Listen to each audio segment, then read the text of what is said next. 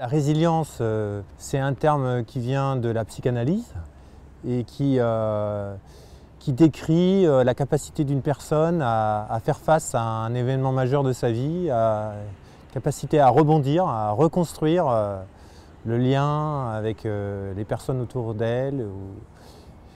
Et donc ce thème-là, ce mot-là est pris dans notre champ, le champ de l'aménagement, pour décrire cette même capacité, mais la capacité d'une société à être résiliente, c'est-à-dire à pouvoir reconstruire rapidement et continuer à fonctionner malgré un événement catastrophique majeur qui endommage la société. La société aussi à être résiliente dans son mode d'organisation du travail, mais aussi des soins, des services, qui doivent être apportés à la population en situation de crise.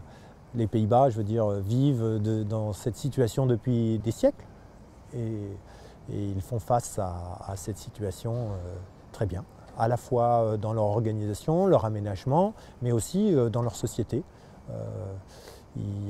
Les exercices peuvent être faits dans les écoles, etc., pour que les réactions de la population soient adaptées à la catastrophe qui peut arriver à tout moment.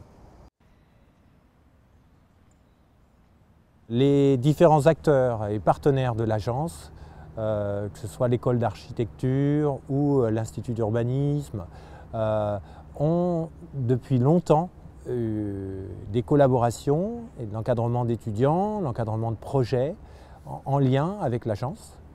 Nous avons voulu que l'ensemble des interventions et des collaborations de l'agence avec la formation dans l'enseignement supérieur puissent être connectées à ce sujet. De ce point de vue, c'est un véritable succès d'avoir permis cette discussion avec des vues et des points de vue très différents selon les disciplines. Un des défis majeurs de ce plan local d'urbanisme, c'est l'inondation. C'était naturel pour le conseil scientifique de l'agence d'accompagner l'élaboration de ce plan par une réflexion sur le risque et comment ce risque est traité scientifiquement dans d'autres lieux. Est-ce que vous savez pourquoi le bâtiment a été construit comme ça? Il n'y a rien de construit en bas. Vous avez remarqué ça? Il y a la cage d'escalier. On appelle ça sur pilotis, mais c'est des pilotis en béton. Et ça ne vous a pas surpris? Regardez, l'autre là-bas est pareil. Et derrière, là-bas aussi, vous voyez les inondations. Voilà, c'est pour ça. C'est une manière de pouvoir construire malgré les inondations. Ça n'interdit pas l'utilisation des rez-de-chaussée. Ça oblige à concevoir des rez-de-chaussée qui sont occupés différemment.